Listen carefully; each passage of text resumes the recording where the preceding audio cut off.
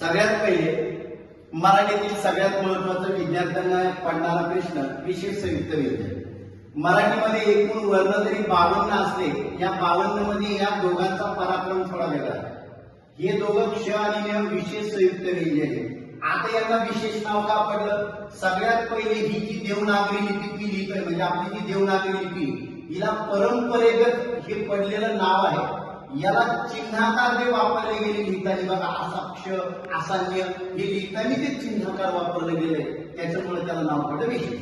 दुसरी गोष्ट, याला संयुक्त का म्हणता येईल? संयुक्त याचा अर्थ काय की जे 2 किंवा 3 व्यंजनांपासून बनतात त्यांना संयुक्त म्हणतात. दाखवतो तुम्हाला, बघा हा क्ष आहे, क आणि क्ष पासून बनला. ने कसा बनला? द अधिक न अधिक य पासून बनला.